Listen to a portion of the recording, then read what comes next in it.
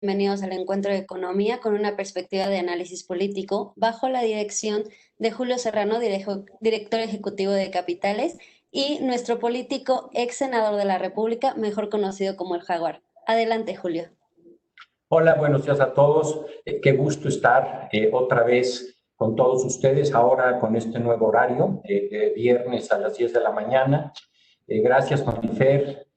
Armando, pues qué gustazo estar estrenando horario contigo el día de hoy y en momentos que ya el tema político empieza a cobrar una mucho mayor importancia y que de aquí al próximo año irá creciendo la importancia que tiene el entorno político en México, ¿no? Bienvenido, Armando, a este nuevo espacio. Muchas gracias, Julio. Muchas gracias, Marifer.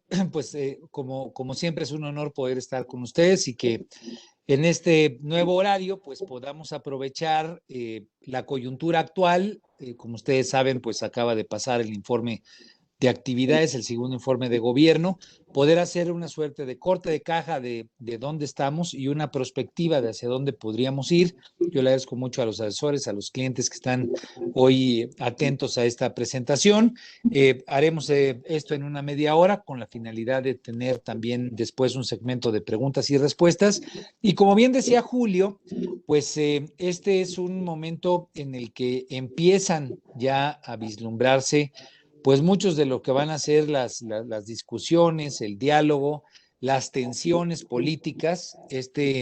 Digamos, va a ser un año electoral, y cuando digo va a ser un año electoral es porque pues el pasado lunes ya arrancó formalmente el proceso electoral de cara a la elección intermedia. Lo hemos comentado en otras ocasiones, la elección intermedia del próximo 6 de junio del 2021 será la más compleja de la historia.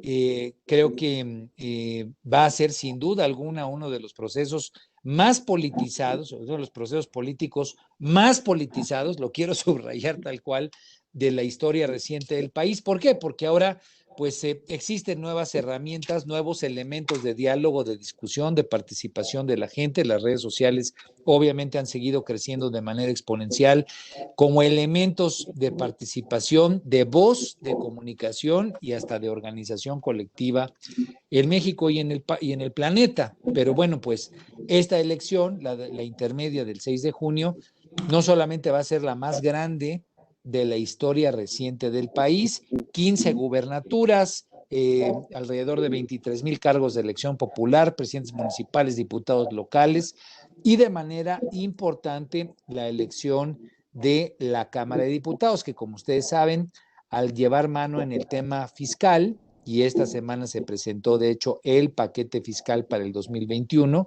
pues cobra una enorme relevancia. El presidente de la República, López Obrador, tiene pues la mayoría en el Congreso, tiene la mayoría, de hecho con sus aliados, la que se llama la mayoría absoluta, la mayoría constitucional, para poder hacer cambios al texto, a la Carta Magna, entre Morena y sus aliados, y tiene pues mayoría relativa en el Senado, es la primera mayoría en el Senado de la República, lo que le permite gobernar pues con una amplia holgura por la relación que tiene con el poder legislativo.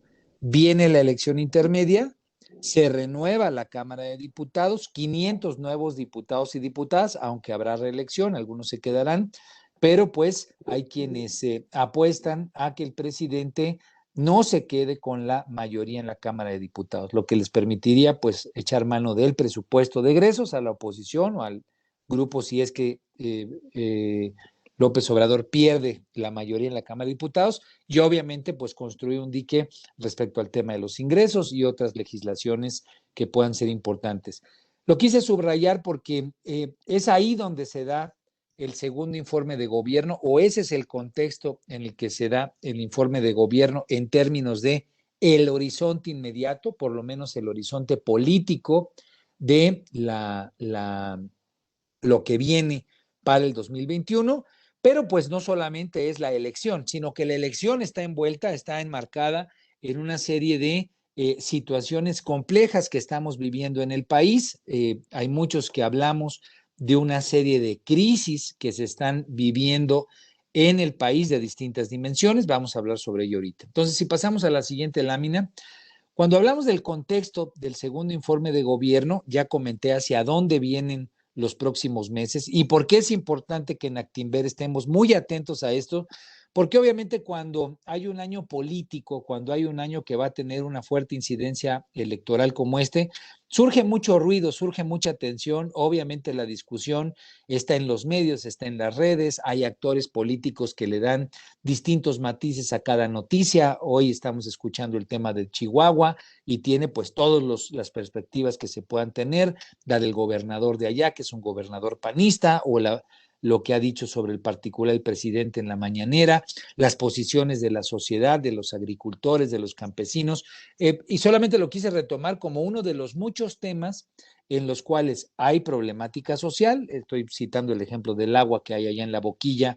repito, allá en el estado de Chihuahua, donde hubo 2 muertos, pero donde hay distintos temas, ¿no? Y obviamente todos los actores públicos plantean su posición, presentan sus argumentos y en ese diálogo se generan tensiones, se generan críticas y cuando hay ese tipo de situaciones se genera, por lo menos para los inversionistas, para la gente que está más metida en el tema del análisis, del seguimiento económico, pues se pueden llegar a generar preocupaciones, incertidumbre, si no se tiene claro qué es lo que está pasando. Y ese es el objetivo de estas pláticas, tratar de dar un horizonte medianamente claro de en dónde es donde estamos parados y dónde es donde puede haber ruido. ¿Cuál es la intención? Que ese ruido no nos disturbe, no nos nuble la visión, la inteligencia respecto a las decisiones estratégicas que se pueden tomar en materia de inversiones. Entonces, bueno, empezaríamos con el tema que ha sido pues parte de la realidad del país en los últimos 5 meses, lo ha sido de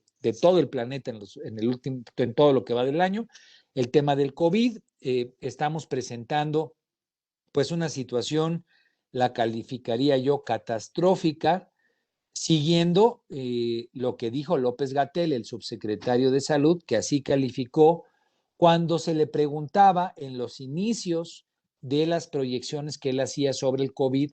Él decía, bueno, pues proyectamos que podríamos tener unos 30,000 decesos por la pandemia. Si tuviéramos 60,000 ya sería catastrófico. ¿Cuál es el punto de esto? Hoy, tan pronto como lo estamos hablando, no solamente ya pasamos los 60,000 muertos, eso fue hace algunos días ya, sino que ya estamos rebasando los 70,000 decesos y donde los críticos, los analistas, los especialistas, pues proyectan que ni siquiera se ha logrado estabilizar o verdadera y contundentemente doblar la curva, ¿no? O sea, siempre ha sido la discusión, qué tanto se ha logrado por las políticas del gobierno aplanar la curva. Recordemos que el presidente López Obrador, por ahí de abril, por ahí de mayo, ya decía, ya aplanamos la curva. Esto no ha ocurrido según las cifras y según la evidencia empírica. Si bien se ha logrado medianamente disminuir la tasa de crecimiento proporcional, hay quienes proyectan que se podría llegar a tener hasta 120,000 decesos provocados por el COVID, lo que es, pues, es un dato realmente grave, preocupante. Estamos hablando de hombres, de mujeres, de familias, de personas que, pues, por la enfermedad han perdido su vida, pero tenemos situaciones también muy complejas. Somos, por ejemplo, el país que tiene más decesos de personal médico en el planeta, ¿no? Eso creo que es una cifra preocupante por donde se le quiera ver. Habla de un sistema de salud que tiene enormes fisuras, enormes complejidades. De 7,000, quedémonos con esa cifra, de 7,000 decesos que ha habido del personal médico en el planeta, en el mundo, en todos los lugares que han sufrido la pandemia, México representa 1 de cada 7 de esos hombres y mujeres del personal médico que han perdido la vida. Alrededor de 1,300 son o enfermeras o médicos o médicas de nuestro país. Y esto pues me parece que es un dato impactante, es un dato obviamente triste, pero es un dato que nos habla de las deficiencias que hemos tenido como país para enfrentar la pandemia. Entonces, primer tema, el tema de salud, la pandemia, y podremos explorar pues a muchos más asuntos porque pues se ha creado el INSABI, se ha reconcentrado en la COFEPRIS, en la subsecretaría de López-Gatell. Ha habido una serie de cambios, pues, que han generado mucha discusión alrededor de cómo será el tema de salud en los próximos meses y años. Por ejemplo, el tema de las medicinas no deja de ser un tema continuo, niños con cáncer que no tienen acceso a medicinas, y que esto ha tenido que ver desde con la concentración en la Secretaría de Hacienda de las compras hasta la apertura ahora de compra de medicinas en el extranjero. En fin, todo el tema de salud por sí mismo representa una de las principales áreas de preocupación y que sin duda alguna pues es un área crítica en este momento, no solamente por el COVID, sino por los cambios administrativos y los cambios institucionales que se han venido dando. Dicho esto, pasamos a la siguiente, un asunto que seguramente ustedes han escuchado con mayor detalle. Pasamos a la siguiente lámina. Ustedes han escuchado seguramente con mayor detalle, obviamente en Actinver, el seguimiento diario que se le va dando a los clientes a través de los asesores, pues hay una gran claridad respecto a cómo están las variables económicas. Solamente pues recordar que en la proyección del Fondo Monetario Internacional, una caída del 10.5% del Producto Interno Bruto para este año. Aquí pues rescaté la previsión que fue recortada en cuanto al PIB por parte de Moody's, una caída del 10%, pero cuando uno revisa los artículos del Economist o de las proyecciones que están haciendo, creo que el dato del Economist es preocupante y relevante, o relevante y por ende preocupante. Proyecta el Economist que la economía mexicana podría recuperarse o llegar a los niveles que se tuvieron antes de la pandemia hasta el 2025. Si esto lo sumamos con la frase de Arturo Herrera de antes del informe, cuando decía se acabaron los guardaditos y proyectaba que la caída de la economía sería similar o de la misma profundidad que la que se tuvo en el 1932, pues nos habla, digamos, de una situación compleja y obviamente nos habla de un contexto económico, pues nada halagüeño para el presente año y para los años por venir. Ese es el contexto de la crisis económica, obviamente un nivel de desempleo alto, un crecimiento del número de pobres y obviamente pues una serie de distorsiones en las cadenas tanto de provisión y de suministro como de demanda agregada. Estamos enfrentando pues una situación compleja en materia económica, crisis en salud, crisis en materia económica. Pasamos a la siguiente. Tenemos un contexto crítico en materia de seguridad. Julio, que son los datos más actualizados del Sistema Nacional, estamos todavía pendientes de que se entregue el del mes de agosto, pero sumados todos los asesinatos, los homicidios dolosos que ha habido en este año, la primera mitad del año, junto con el año pasado, pues ya rebasamos los 53,000 homicidios dolosos, muertes violentas en nuestro país. 2019 fue el año más violento de la historia reciente. Es posible, es muy probable que si la tendencia continúa que el 2020 sea el año más violento de la historia reciente, rebasando al 2019, una situación crítica. Si hoy nos ponemos a revisar los medios, toda esta semana el tema de la toma de las oficinas de la Comisión Nacional de los Derechos Humanos, pues ha sido un tema relevante que ha estado muy presente, lo analizaremos en el próximo reporte, pero pues solamente como anticipo, ya es una crisis tal cual que las mujeres, por el tema de los feminicidios, por la articulación social que hemos tenido desde el pasado 8 de marzo a la fecha, pues hoy se siguen manifestando, ahora con la toma de las instalaciones de la Comisión Nacional de los Derechos Humanos ahí en el centro de la ciudad, ahí en la calle de Cuba, pues manifestándose por la mala atención que se ha tenido a las víctimas y obviamente por la grave problemática que se sigue teniendo. ¿Qué creo que es relevante destacar de esto? Y obviamente lo pongo en el contexto del informe de actividades del presidente de la República, pues que a final del día hay una contradicción fuerte entre estos datos duros y lo que dijo el presidente. El presidente dijo que se habían acabado digamos, las masacres, que se había disminuido el feminicidio, hizo una serie de afirmaciones que cuando uno lo contrasta con datos duros, pues dejan claro que hay dos puntos de vista muy diferentes respecto a la visión que tiene el gobierno y la que actores sociales tienen hoy en materia de seguridad. Entonces, crisis en materia de seguridad, aunada a las dos que hemos comentado, y pasamos a la siguiente lámina, solamente un dato de lo social, porque en lo social pues hay muchos temas que pueden estar en el análisis cotidiano, podríamos ver la parte medioambiental o la parte turística o la parte, digamos, en los sectores del país hay distintos tipos de impacto.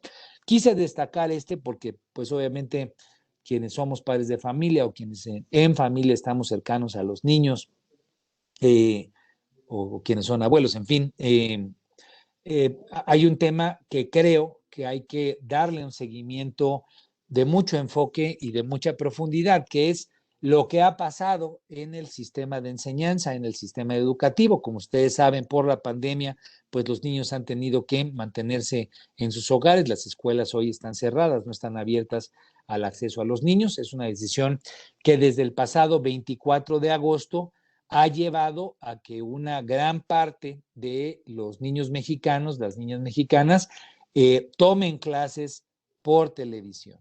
Y esto me parece que vale la pena en la reflexión a tenerlo presente, pues porque se empieza a profundizar la diferenciación o la forma distinta en la cual los niños mexicanos que tienen la posibilidad de pagar educación privada están teniendo un tipo de educación distinta a la que están teniendo los niños que reciben educación pública.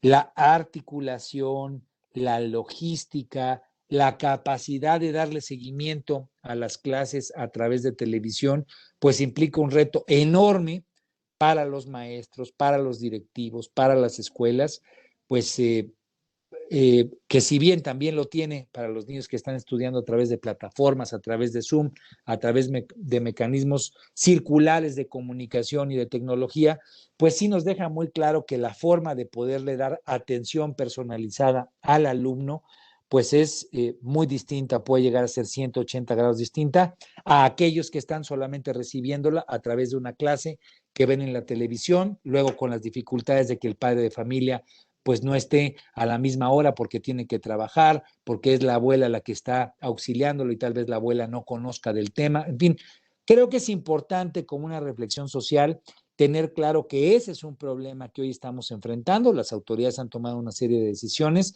pero que no deberíamos de dejar de lado, dado que se trata de una camada importante, muchos millones de niños y niñas que están en esta situación. Repito, la diferencia entre la educación privada y la pública puede estar generando enormes diferencias en cuanto a la calidad de la misma. Entonces, 4 crisis de maneras diferentes, ¿no? El COVID como el gran marco contextual, pero pues con problemas económicos, con el problema de seguridad, que no es exclusivo o que no tiene una correlación directa con el COVID, pero que tampoco tiene una correlación directa con este sexenio. Tal vez la parte económica sí la tiene, donde pues ya veníamos de una recesión alrededor del 2019, pues que se vino a profundizar por el tema del COVID. Y este tema que si bien tiene que ver con aspectos relacionados directamente con la imposibilidad de que los niños vayan a clases, pues que tiene un impacto en el mediano y largo plazo importante que no hay que perder de lado. Todo esto que estamos comentando y el horizonte electoral que platicábamos, pues ha tenido, y si pasamos a la siguiente, un contexto público que me parece que es el que debemos de fijarle o darle una atención importante. Hay una guerra de narrativas, la forma en la que hoy funciona la comunicación política y la comunicación social, pues es de mucho involucramiento a través de las redes sociales de la gente, como ustedes saben, y en esa lógica hay un tema que se ha instalado, pasamos a la siguiente, como el nodo central de la discusión y sobre el cual pues habrá seguramente mucha agua que va a correr todavía debajo del puente, como ustedes saben. A partir del 1 de julio empezó toda esta historia alrededor de la llegada a México del exdirector de Pemex, de Emilio Lozoya, toda una serie de escándalos de corrupción relacionados con los gobiernos anteriores, donde se filtra su declaración, donde aparecen los nombres de 3 expresidentes, donde hay senadores que hoy son gobernadores, el de Querétaro y el de Tamaulipas directamente por parte de Acción Nacional, ex candidatos presidenciales como Ricardo Anaya están ahí sus nombres.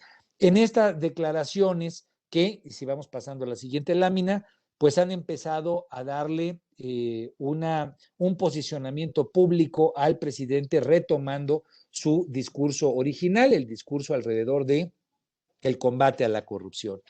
El presidente venía a la baja en las encuestas, este tema lo ha recuperado. Sin embargo, en esta guerra de narrativas, pasamos a la siguiente lámina, pues también lo que hemos visto es que hubo revires políticos sobre el particular, no solamente los videos que se presentaban de funcionarios cercanos al Partido Acción Nacional en el Senado de la República el sexenio pasado, sino que después el video de el hermano del presidente López Obrador, recibiendo recursos de un ahora funcionario en la Cuarta Transformación o en el gobierno actual. Entonces, ¿qué es importante de estas láminas? Y cerramos con la última, que es la que sigue.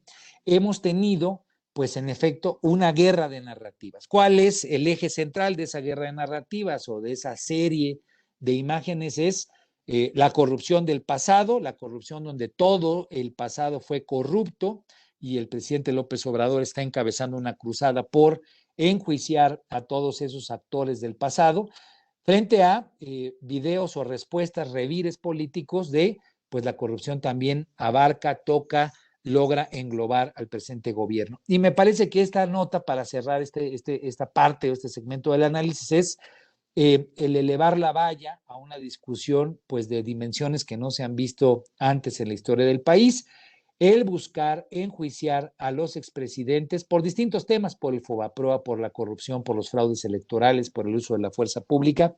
López Obrador ha planteado que antes del 15 de septiembre se logren recolectar 1.500.000 firmas por parte de los ciudadanos. Hay puestos instalados de Morena, del Partido del Trabajo, de distintas organizaciones en esta búsqueda. Si no fuera así, él ha dicho en las mañaneras que pediría al Congreso que solicite la consulta popular o, en su caso, que él la solicitaría. ¿Cómo se ha visto este tema? Pues se ve en el marco de la próxima elección como una suerte de pretexto para poder tener una situación que vaya mucho más allá de la elección. ¿Cuándo sería la consulta popular? Por leyes, como está establecido, tendría que ser el mismo día de la elección, el mismo 6 de junio, de tal manera pues que este tema del juicio a los presidentes, perdón, a los expresidentes, traería pues un elemento adicional de tensión, de pleito, de discusión pública, en el cual muchos de los analistas piensan que el presidente lo que busca es pues obviamente jalar agua para el molino de su partido, involucrarse en ese sentido en el proceso electoral y tratar de jalar mucho más la marca en favor de Morena. Vamos a cerrar con tres consideraciones rumbo al 2021, si pasamos a las siguientes láminas. ¿Cuáles son algunos de los temas que creo que hay que estar atentos? Pasamos a la siguiente.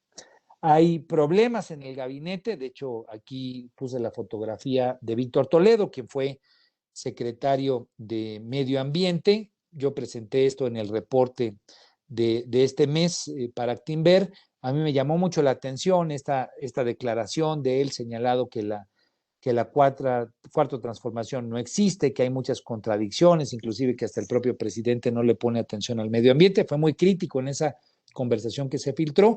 Él acaba de renunciar, cambiaron ya a este secretario, es muy probable que haya tenido que ver con esta declaración, o Alfonso Romo, que echándole porras a la gente de Monterrey, yo coincido con las porras que le echó él, pero bueno, generó mucha discusión política porque dijo, ojalá que el gabinete tuviera la misma disciplina y el mismo espíritu de trabajo que tienen los empresarios de Nuevo León. Creo que el tema fue pues polémico precisamente porque implícitamente fue una suerte de crítica al gabinete del presidente López Obrador. Vamos a la siguiente. El presidente planteó en el contexto del informe de actividades, pues eliminar una serie de subsecretarías. Creo que llama la atención el impacto que esto tiene, porque al eliminar, por ejemplo, en la Secretaría de Gobernación, la subsecretaría de Gobierno, pues es quitarle un instrumento pues operativo de capacidad de incidencia política que históricamente ha sido muy relevante. Y así como ustedes ven, se quitan subsecretarías en seguridad, en Hacienda, en Cancillería, en Comunicaciones y Transportes, en Turismo, que pues dan una imagen de que en tema administrativo, pues el gobierno está perdiendo instrumentos. Claro, mucha gente lo celebra porque piensa que estos son ahorros, pero no se reflexiona en que se pierden instrumentos para poder tener digamos, una buena capacidad de incidencia de la administración pública en la vida cotidiana. Siempre se pueden hacer ahorros, sin duda alguna, siempre hay que buscar eficiencia en el sector público, en la burocracia, pero me parece que esto ya le está pegando no solamente al hueso, sino al tuétano, ¿no? Ya le está pegando directamente a la médula. Vamos a la siguiente para ya terminar. Temas a los que hay que estar atentos. En este contexto, pues el gabinete, ya lo comentábamos, hubo algunos cambios en los nombres de quienes están por lo pronto en una secretaría, en la subsecretaría de gobierno. Pasamos a la siguiente lámina. Creo que hay que estar muy atentos a lo que va a ser la discusión. ¿Me pueden cambiar la lámina, por favor? Vamos a estar muy atentos. Está convocada la renovación de la dirigencia nacional del partido en el poder de Morena para el próximo 26 de septiembre. Se va a realizar una encuesta en la cual pues ya hay una serie de nombres. Está Mario Delgado, Porfirio Muñoz Ledo, Alejandro Rojas Díaz Durán, Jacob Polensky, que se han venido presentando con la intención de presidir ese partido. No es un asunto menor. Quien esté a cargo de Morena, pues será quien pondrá o definirá quiénes serán los candidatos y candidatas a elección en el 2021, y empieza a haber visos de que hay enfrentamientos al interior de las fuerzas que acompañan al presidente López Obrador. Un pequeño ejemplo de ello, ahí lo estoy presentando, fue el enfrentamiento de, pues digamos, los rozones que hubo entre el Partido del Trabajo y Morena. Pasamos a la siguiente. Hay obviamente movilización política, organizaciones sociales como Frena, que están pues movilizando, pidiendo la salida del presidente hacia el 30 de noviembre, o los partidos de oposición que empiezan a mandar señales de que podrían aliarse para competir todos en bloque contra Morena. Pues me parece que estos últimos rubros, tanto el análisis del gabinete, las declaraciones que se estén haciendo en torno a la sucesión de Morena, lo que esto puede impactar en la Cámara de Diputados y lo que las oposiciones estén empezando a hacer alrededor del proceso electoral, son temas pues que van a estar muy presentes y a los cuales hay que darle seguimiento. Cerraría un poco con la gráfica, con la última nada más, para ver en dónde terminamos, por lo menos alrededor de el informe de actividades, la proyección hacia los años, hacia los meses por venir, de dónde está parado el presidente. Pasamos a la siguiente lámina, porfa. Este es el seguimiento, el tracking poll que hacen diariamente Mitofsky. Como ustedes ven, el presidente ha venido a la baja de un número muy sólido en abril del 64% de aprobación, cayó de manera importante a un 47%, especialmente motivado por el COVID. Se mantuvo esos meses, digamos, con una situación de fuerte varianza, donde a final del día toda esta trama, todo este tema alrededor del combate a la corrupción, el caso Lozoya, pues podríamos pensar que está correlacionado con un incremento de su aprobación. Está cerrando la semana con 53.8% de aprobación, con un 44.6% de desaprobación. Creo que es importante estar pues muy claros de cómo esta guerra de narrativas, el contexto general de las distintas crisis y obviamente la proyección hacia el 2021, pues cómo podrán tener impactos precisamente en la aprobación presidencial, y cómo la aprobación presidencial pues también podrá tener incidencia en los resultados electorales del 2021. Ese sería, mi querido Julio, mis queridos amigos y amigas, la presentación, y obviamente estoy abierto a si hay alguna pregunta para tratar de responderla. Gracias, Armando. Sí, aquí tengo ya una primera pregunta y tiene que ver con el proceso electoral americano. Y la pregunta es, la actual administración tiene una muy buena relación con Trump, así se ha establecido y así ha sido. ¿Qué pasa si gana Biden?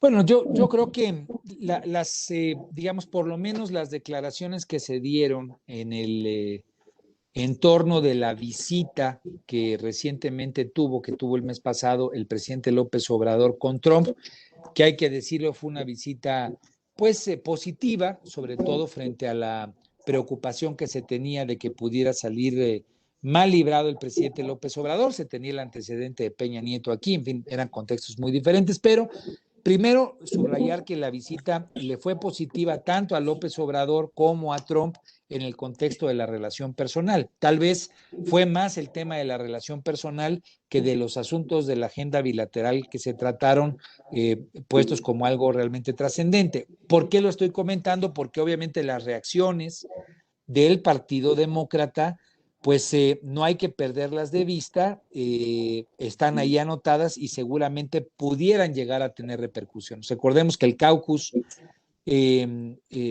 hispano, básicamente representado por demócratas, pidió incluso al presidente López Obrador que no se hiciera la visita. Esto fue algo que ellos firmaron, hicieron público, pensando que la intención de tener su presencia allá pues era fortalecer la candidatura de Trump en un momento en el que Trump se encontraba pues mucho mejor posicionado, hay que decirlo. Trump ha venido avanzando, no sé si Trump ha venido avanzando o Biden ha venido cayendo, pero en realidad pues la verdad es que de cómo se encontraban las encuestas el mes pasado, pues ha venido habiendo acercamientos. No es nada nuevo, así funciona más o menos la política estadounidense conforme se van acercando los procesos electorales, y esto será la primera semana del mes de noviembre, pues obviamente el acercamiento y especialmente algunos estados empiezan a ser más relevantes. Recordemos que los medios muchas veces lo que presentan es el poll general, el poll del voto popular, pero dado que allá pues es el comité electoral el que define quién es presidente,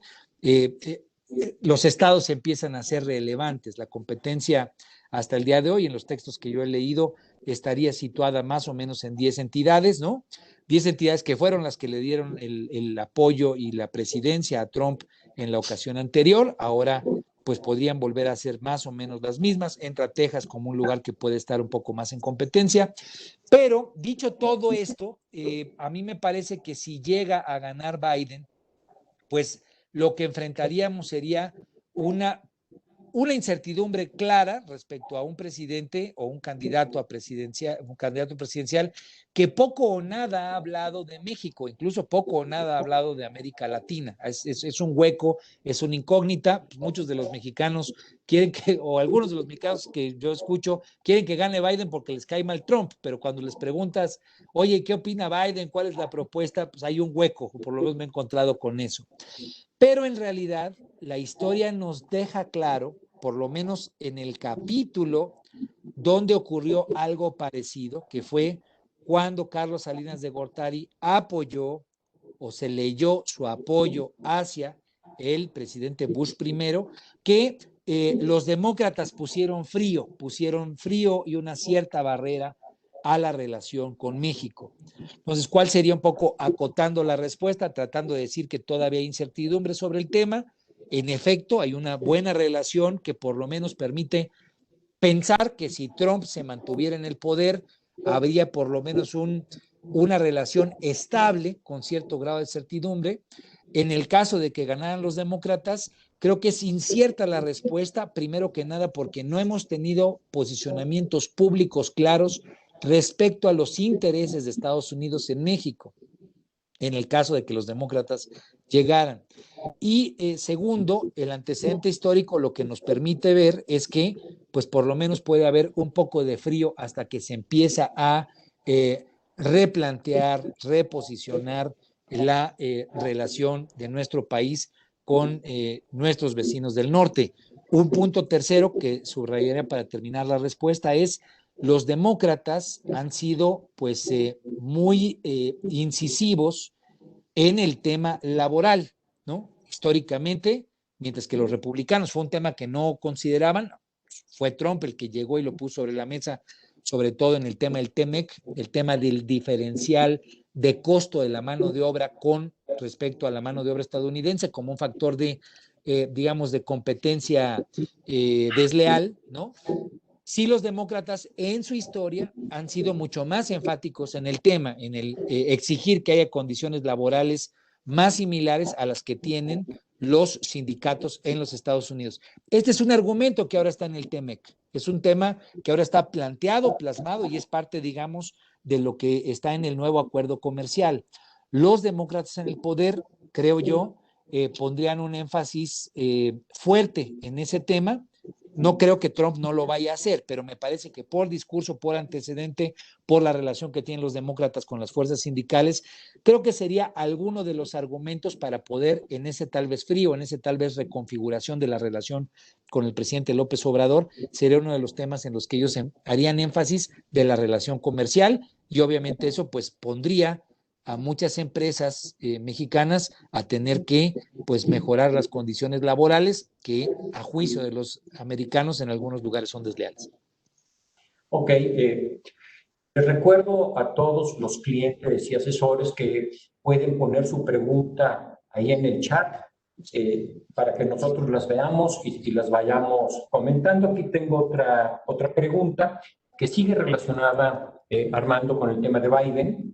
Y comentabas hace un momento el tema laboral, pero recientemente acaba de salir en una nota del Departamento de Estado de la Unión Americana expresando su preocupación por el tema de la energía en México. Entonces, la pregunta va más también relacionada con que si gana Trump, ¿qué podría pasar con esta preocupación externada por el Departamento de Estado americano? ¿O qué pasa si gana Biden? ¿Qué podría pasar con la visión que tiene Estados Unidos del tema energético en México y de la competencia, de una competencia que de menos algunos inversionistas extranjeros están comentando que tanto en energía como en telecomunicaciones no está siendo a la par? Bueno, a ver, yo creo que ahí hay un punto muy importante respecto a la posición política que tienen los demócratas en materia de energía, que es 180 grados que la que tiene la administración actual, y tiene que ver con la participación de las energías limpias, lo que tiene que ver con el Acuerdo de París y obviamente las inversiones que en esa materia estuvieron pues puestas, digamos, en un espacio de incertidumbre. Tan es así que llegaron los temas hasta la Suprema Corte de Justicia, con lo decretado por Rocío Nale hace 2 meses y medio, cuando la administración de López Obrador, a través de Rocío Nale, mete este decreto, ¿no?, en el cual se frena, incluso se siente no solamente una limitación, sino una agresión respecto a lo que está establecido a nivel constitucional en materia de inversión de energías limpias. Estoy hablando de las energías eólicas y las energías solares. Creo que sería un cambio de 180 grados respecto a la intención de que esas inversiones pues no solamente se mantengan y el criterio de certeza jurídica se tenga, sino de un impulso mayor al tema. Creo que en eso habría una confrontación con respecto a lo que públicamente ha dicho y presentado la administración de López Obrador. No solamente Rocío Nale, sino el propio Manuel Bartlett han planteado que ese modelo es un modelo que le es extraordinariamente costoso al gobierno, viéndolo desde la perspectiva de la Comisión Federal de Electricidad. Y bueno, fue a final de cuentas la Suprema Corte la que terminó resolviéndolo. Creo yo que si llegan los demócratas, por lo menos en ese rubro, habría, creo yo, pues tal vez viéndolo en dos dimensiones, una mayor presión a que se dé un mayor impulso al tema, o si es que llegara a haber algún acuerdo en términos de la visión de los Estados Unidos con la administración de López Obrador, pues que eso pues tuviera un mayor impulso. En todo caso, creo que el tema energético fue, lo comentaba yo la vez pasada, parte columna toral de la presencia de López Obrador en los Estados Unidos, tal vez no en el contexto de lo que fue la presentación pública en la Casa Blanca, sino creo yo que fue más parte de la conversación que se tuvo con los empresarios en la cena que tuvieron después de la presencia pública. Yo pensaría, llevo pensándolo hace un tiempo, desafortunadamente no he atinado en que mi pensamiento sea el que está pensando el presidente López Obrador, que esa es un área enorme de oportunidad, no solamente para pues tener una relación bilateral que pueda vitalizarse, y obviamente en la pregunta que tú haces con el tema de los demócratas podría ser un área de encuentro, creo yo, pero creo que era un área, o sigue siendo todavía un área de oportunidad importante, interesante, para pues ayudarle a la economía en un momento crítico. La que el 10.5% del PIB requiere soluciones que vayan mucho más allá del simple gasto público. Ya lo vimos con la presentación del paquete, pues el gasto público pues no alcanza para mayor cosa, en realidad viene debilitado, viene a la baja, viene con las complicaciones propias que trae el contexto económico, ingresos a la baja, por lo tanto, un gasto a la baja en rubros generales, con inversiones que no se logran entender por parte de los inversionistas como inversiones que detonen, que sean atractivas, que convoquen. En ese sentido, creo que abrirse a la inversión en el área energética, lo vuelvo a subrayar, es una de las áreas de oportunidad que tiene este gobierno, no solamente en lo bilateral que se está comentando, sino en la relación con los inversionistas privados en el país. Dicho en síntesis, la entrada de los demócratas al poder traería, creo yo, un área de presión a el gobierno para empujar el tema de energías limpias, para retomar el tema de energía como un tema puntual, prioritario, y creo que le abriría al presidente López Obrador pues una posibilidad de flexibilizar su discurso y encontrar un área de encuentro con la iniciativa privada mexicana y la internacional. Sí, ok. Hay una última pregunta relacionada con la relación Estados Unidos-México y tiene que ver con algo que comentaste hace un momento de la visita que hace unos meses hizo López Obrador a Trump. Y la pregunta dice, ¿no hubiera sido oportuno que López Obrador hubiera visitado, además de Trump, después de visitar a Trump, alguno de los líderes demócratas, para así no sesgar el viaje a un tema de apoyo político a Trump, y si esto puede haber disgustado a los demócratas? ¿Qué opinión tienes? Yo creo que los disgustó el hecho de no hacerlo. Creo que el presidente tampoco tenía mucho margen de maniobra. Creo que el presidente tiene, en un momento crítico como el que hemos expresado, pues sí tiene un asidero importante de estabilidad, de certidumbre, por lo menos a su mandato en la relación que tiene con Trump. Entonces creo que el haber jugado, digamos, un asunto más de mediano plazo, aun cuando hubiera sido positivo, factible desde la perspectiva del análisis o de la opinión, yo creo que el presidente pues no tenía ningún margen de maniobra para hacerlo, y creo que a final de cuentas pues terminó haciendo lo que podía, que era tener una relación más estable en el corto plazo con Trump, entendiendo que esto le pueda generar ciertos costos en el mediano plazo, pero creo que el presidente no tenía un margen de maniobra para discutir entre el corto y el mediano plazo en cuanto a su decisión. Correcto. Bueno, con esto pasamos más a temas más puntuales dentro de México. Y aquí hay una serie de preguntas, porque son varias, que tienen que ver con una diferencia de qué va a prevalecer en el país de aquí a las elecciones.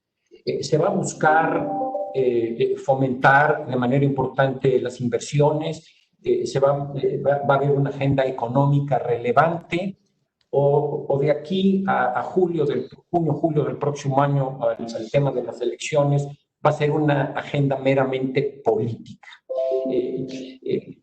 ¿Tú qué esperas? Porque aquí hay varias preguntas que dicen que si va a haber algún cambio, gane quien gane, o como quede la composición de las elecciones el próximo año, si en la segunda mitad del sexenio se pueda buscar una mayor inversión en el país, y que la agenda política vaya cambiando hacia una agenda de un mayor crecimiento y de generar una mayor confianza en las inversiones.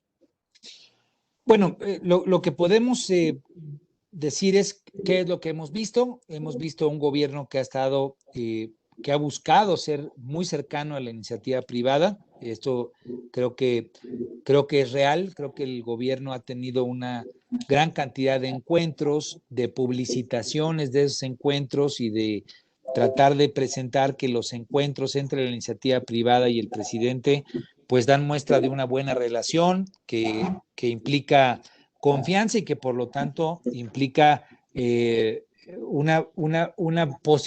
la posibilidad de una dinámica positiva entre la iniciativa privada y el gobierno en favor de la economía. ¿Qué es lo que hemos experimentado en la realidad? Más allá de que el gobierno ha prohijado eso, y repito, hay muchos eventos que se han hecho, Poncho Romo ha hecho distintos tipos de encuentros, hizo encuentros nacionales a nivel regional.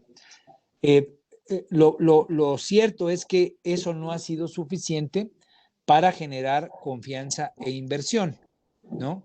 inclusive, bueno, pues los datos ustedes los deben de tener más claros, han implicado en que en los últimos meses pues haya desinversión en México y que esos capitales estén buscando otros territorios. Esa falta de confianza, pues no solamente tiene que ver con tener una fotografía con el presidente, tiene que ver con lo del aeropuerto, es decir, tener una serie de señales que se sienten contradictorias en términos de incentivos económicos, claridad, que las prioridades realmente sean positivas para que el dinero tenga éxito, que de eso se trata la inversión.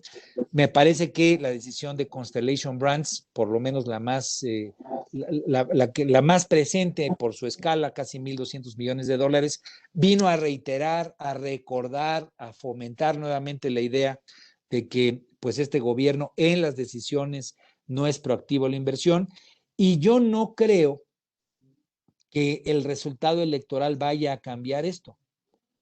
El resultado electoral puede tener un cambio en la dinámica de la interacción del poder en términos de, pues, contrastar, frenar, limitar lo que hoy ha sido, pues, un poder, pues, absoluto en términos políticos, ¿no? En términos de poderes entre el poder ejecutivo y el legislativo. No ha tenido ningún tipo de contrapeso el gobierno de la República.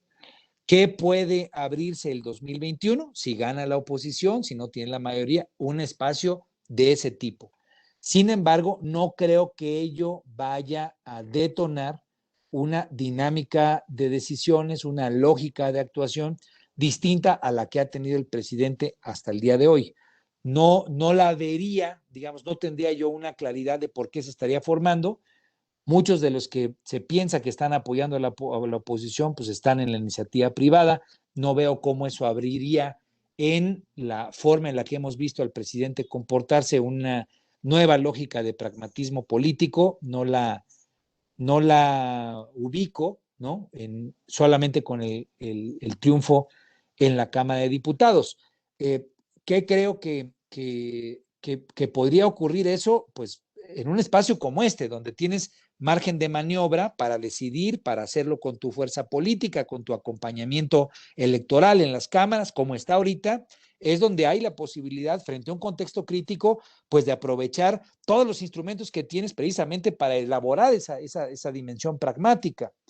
No la veo en un escenario de derrota en el proceso intermedio de cara al 2022, donde lo que vendrá será pues el proceso posiblemente de revocación de mandato. Si el presidente pierde en el 2021, pues mucha gente va a leer que puede perder en el 2022. Sería un acto de mucha astucia el buscar reencontrarse con otro tipo de actores para salvar el 2022. Eso puede ocurrir en política sin duda. Un político puede ser lo suficientemente pragmático para sobrevivir y el presidente podría hacerlo. ¿Qué creo, qué intuyo? Que ese pragmatismo ahorita es cuando lo tendríamos que estar viendo. En un momento posterior al 2021 me parece que sería un movimiento más de radicalización y de tal vez de cerrar filas con los suyos para tratar de garantizar, pues, cerrar filas como si fuera en un tema de una confrontación. Cualquier grado de libertad, en una confrontación que ya fue tensa, cuando ya perdiste, me parece que te da, difícilmente te da margen de buscar al que ya te ganó como un aliado para garantizar el gobierno. Incluso te abre la dificultad de que el que ya te ganó te quiera ayudar, ¿no? Entonces, es ahí donde creo que las señales positivas de reencuentro con la iniciativa privada, de posibilidades de inversión, etcétera, yo creo que sería más factible verlas antes del proceso electoral que después, y mucho menos después de una derrota. Gracias. Relacionada con esta pregunta, viene otra de, ¿cuál es tu opinión de que si los partidos de oposición se podrán poner de acuerdo para tener algunos candidatos en conjunto? Bueno, hay un esfuerzo que sé que se está haciendo, lo hemos leído, hay inclusive participación de grupos de la sociedad civil que están tratando de involucrarse en esa interacción del diálogo. Hay quienes piensan que si el PRI y el PAN se pusieran de acuerdo en distintos distritos, por ejemplo, en distritos donde históricamente ha ganado el PRI, que el PAN se aliara, no presentara candidato y esa fuerza electoral del PAN se fuera a ayudarle al PRI, o viceversa, ahí donde el PAN tiene históricamente procesos electorales exitosos, recibir el apoyo del PRI, hay quienes piensan que eso les podría dar hasta 200 curules en la Cámara de Diputados, de las 300 que se votan directamente, 200 y con la consecuente posibilidad de tener un éxito a nivel de las plurinominales. Yo puedo estar hablando de 200, puede haber estudios que dicen 150. Lo cierto es que quienes piensan que una coalición pueda hacerle útil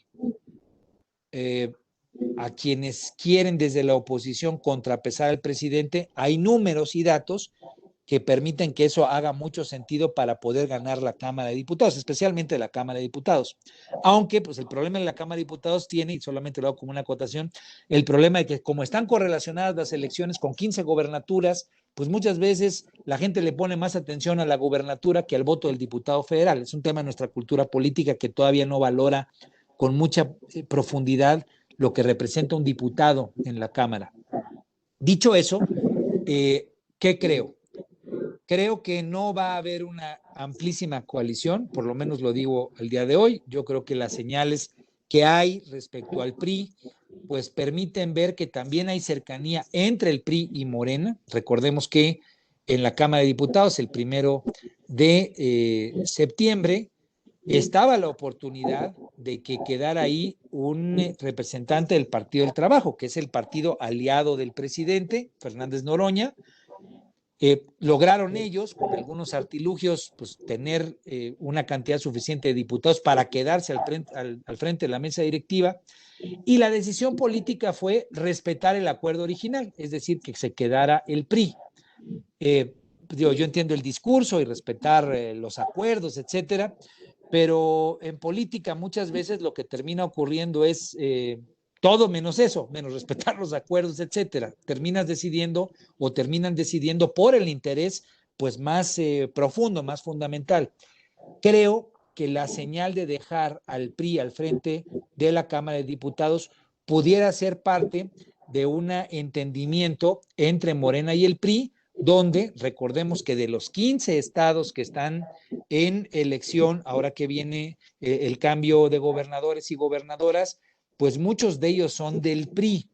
Y en muchos de ellos, les cito Sonora, por ejemplo, ¿no? Por citar alguno de los del norte, yo soy de Guerrero, más o menos una situación similar.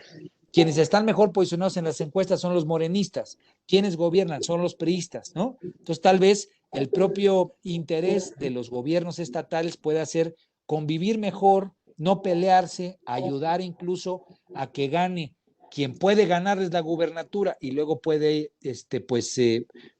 estar sentado en la silla en la que ellos estuvieron, y eso generar pues muchas tensiones posteriores al mandato. ¿Qué es lo que podría estar pasando? Que esos gobiernos estatales tiendan a tener cercanía, diálogo y acuerdo con Morena, lo que le llaman el primor.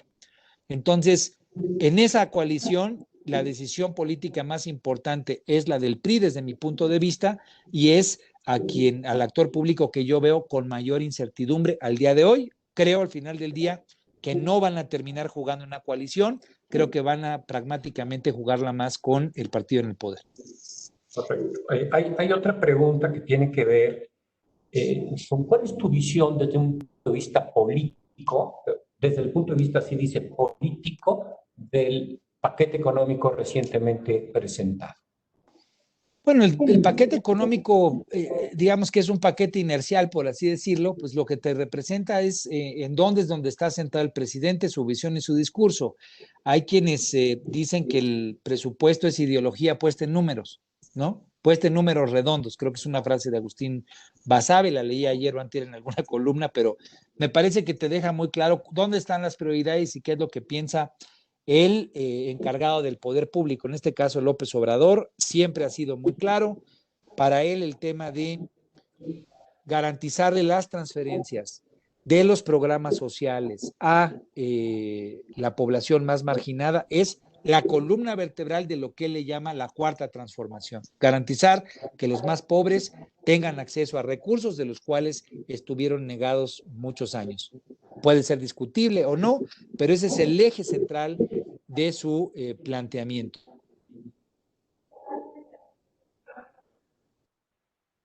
Le pone dinero a salud. Me parece que el ponerle dinero a salud es parte de la coyuntura, ¿no? Es más bien derivado de la pandemia, meterle dinero al Instituto Mexicano del Seguro Social, en fin, los recursos derivados de un choque externo que fue la crisis del coronavirus. En el tema de seguridad, a mí me preocupa que la mayor parte de los recursos se le van al ejército, a la marina. Qué bueno que se le ponga al ejército, a la marina, pero no se están yendo a donde tienes la necesidad del problema profundo de la seguridad pública en el país. No se le mete dinero a policías municipales, no se le mete dinero a policías estatales. La propia Guardia Nacional pues recibirá los recursos que reciba la Sedena como parte, digamos, de un esfuerzo militarizado de la seguridad pública que ha sido la apuesta de este gobierno. Políticamente eso me parece algo delicado porque pues ha significado un cambio del discurso que se hizo en campaña, lo que se ha dicho públicamente por el aval constitucional y lo que se está haciendo, que es la militarización de este cuerpo de la Guardia Nacional, que no logra pues verdaderamente convertirse en un cuerpo policíaco. ¿Y por qué subrayo el tema policíaco? Porque esa es la implicación política importante. Mantienes el presupuesto en el área militar, en el área castrense, pero no estás preparando actores capacitados para la investigación, para la identificación de la problemática preventiva y por lo tanto del fenómeno delictivo, no en una lógica nada más de choque, sino de lógico preventivo. No se le está metiendo dinero a fiscalías, no se le está metiendo dinero a las policías ministeriales que son las de investigación, ni a las áreas que te permiten evitar la impunidad.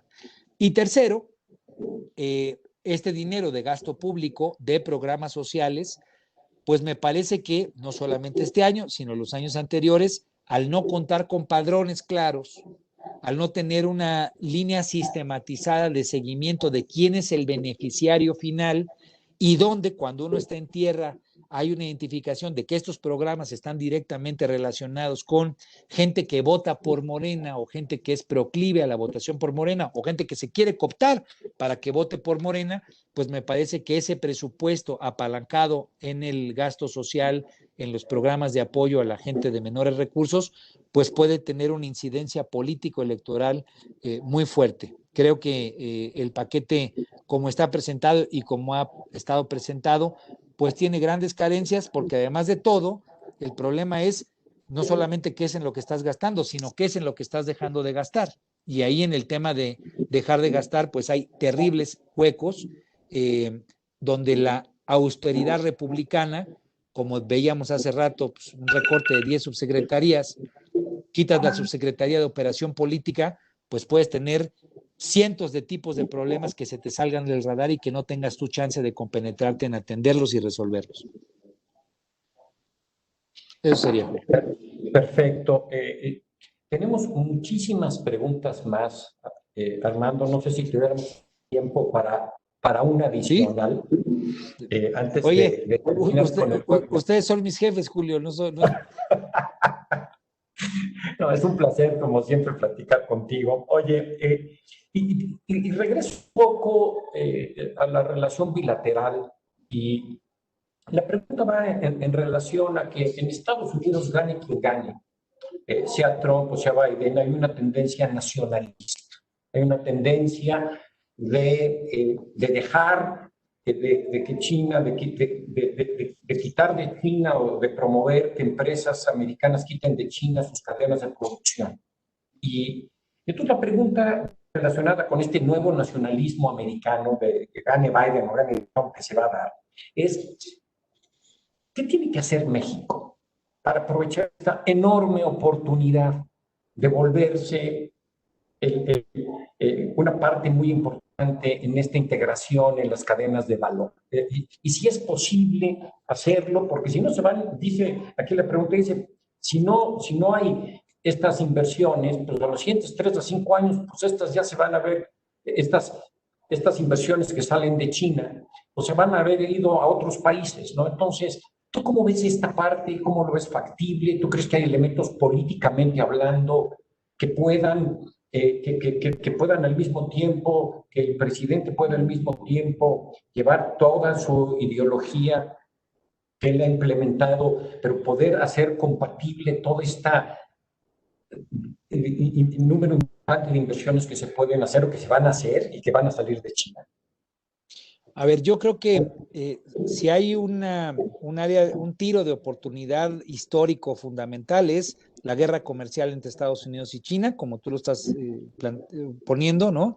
El hecho de que sea una decisión de seguridad nacional no está planteada en ese sentido, pero sabemos que esa es la lógica en la que se debe y se puede hacer el trabajo político a partir de el desencuentro entre China y Estados Unidos, es que México establezca un diálogo muy claro con los Estados Unidos de cómo eso puede convertirse en un área de oportunidad para la región. Un área de oportunidad para la región, entendiendo que los Estados Unidos, y el discurso va a ser muy claro de que los Estados Unidos lleven mano, pues a final del día lo que tiene México es la bendición y la maldición histórica, que es la capacidad de integración logística que tiene con los Estados Unidos. Entonces, hay área de oportunidad planteada por un tema que es superior, que es la guerra comercial China-Estados Unidos, una definición geoestratégica que está retomando Estados Unidos frente a China, que está creciendo y donde pues todo es atrás los fielders, hay que consolidar la región.